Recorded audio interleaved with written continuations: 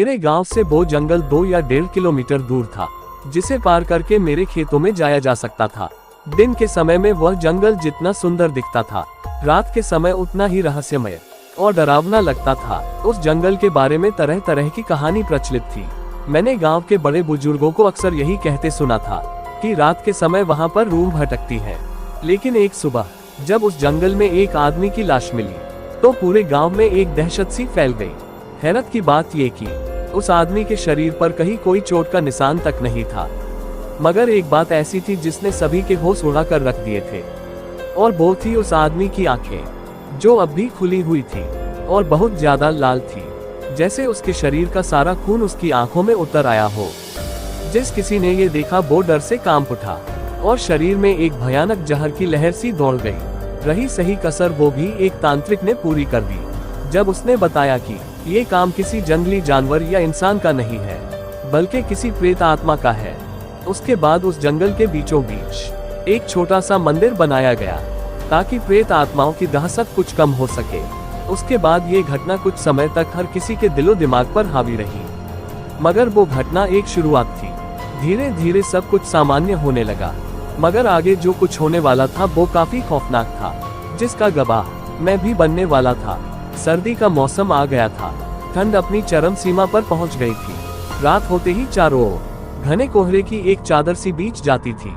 इस घने कोहरे में हाथ को हाथ तक सुझाई नहीं देता था। ऐसे ही एक सर्द रात में मैं और मेरा पड़ोसी कालिया खेतों में सिंचाई के लिए गए हुए थे। रात का समय होने के कारण हम दोनों उस जंगल से न होकर एक अन्य लंबे रास्ते से गुजरते हुए खेतों तक पहुंचे थे। रात के 2 बजे का समय था। ठंड अपने पूरे सबाब पर थी। हमने सर्दी से बचाव के लिए आग जला रखी थी। वो मनहूस जंगल उस जगह से ज्यादा दूरी पर नहीं था कि अचानक हमारे कानों में एक दिल दहला देने वाली एक चीख सुनाई पड़ी, जो रात के सन्नाटे को भंग करती चली गई। ये चीख किसी औरत की थी। मेरे तन बदन में डर की एक लहर सी दौड़ गई। मैं लड़खड़ाती सी आवाज में बोला, कालिया भाई, तुमने कुछ सुना? वो औरत की चीख। कालिया एक लंबा तगड़ा युवक था। वो खड़ा होकर तुरंत बोला, हाँ, मैंने भी वो चीख स्पष्ट सुनी है, जो उस जंगल की तरफ से आई है। लग रहा है कि कोई औरत उन रूहों का शिकार बनने वाली है, या शायद बन ही चुकी है। अभी हम ये सब बोल ही रहे थे कि फिर से बचाओ बचाओ चीखने चिल्लाने की आवाजें आने लगी। ये सब सुनकर कालिया और मैं विचलित हो गए। अचानक कुछ सोचकर कालिया ने अपने हाथ में लाठी ली और जंगल की ओर चल दिया। ये सब देखकर उसके सामने आकर मैं खड़ा हो गया और डरते हुए बोला, ये सब क्या पागलपन कर रहे हो कालिया? जानते भी हो क्या करने जा रहे हो तुम? ये सब एक चाल हो सकती है हमें फंसाने की। अगर इस समय हम जंगल में गए तो समझो दुनिया से गए, और अगर कोई अबला सचमुच ही वहाँ खतरे में हो तो क्या हम उसकी सहायता ना करें? उसे यूं ही छोड़ दे क्या वहाँ मरने के लिए? उसके इस सवाल से मैं चुप हो गया। उसके फैसले के सामने मेरी एक ना चली और कालिया भागते हुए कुछ ही पलों में उस भयानक जंगल में घुस गया।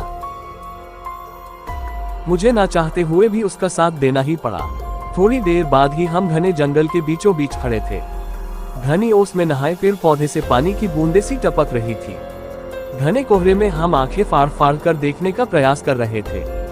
इतने में ही एक बार फिर उस औरत की चीखें हमारे कानों में पड़ी। कालिया और मैं चीख की दिशा में भागे। हम थोड़ी दूर ही पहुंचे थे कि तभी सामने से कोई बहुत तेजी से भागा आया और सीधा कालिया से आकर टकरा गया। टक्कर इतनी जोरदार थी कि कालिया जैसा ताकतवर व्यक्ति भी अपने आप को ना संभाल पाया और जमीन पर जा गिरा। मैंने देखा कि उससे टकराने वाली एक सुंदर स्त्री थी। उसने लाल रंग की साड़ी पहनी रखी थी, जिसमें वो बेहद सुंदर लग रही थी। डर की वजह से वह कालिया से लिपटी गई और चीखते हुए बोली, मुझे बचा लो, वो मुझे मार डालेंगे। एक दहशत सी उसके दिलो दिमाग पर हावी लग रही थी। इतना कहकर वो कालिया की बाहों में ही अपने होशो हवास गवा बैठी और बेहोश हो गई। मगर कालिया तो जैसे उसकी खूबसूरती देखकर अपनी सुध बुध ही खो बैठा था।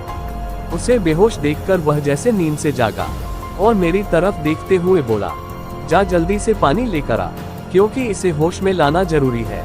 इस सारे मामले को देखकर मैं भी अभी तक शंका में पड़ा हुआ था। पता नहीं कौन थी वो, जिसको लेकर मेरी छठी इंद्रियां मुझे खतरे का आभास दे रही थी।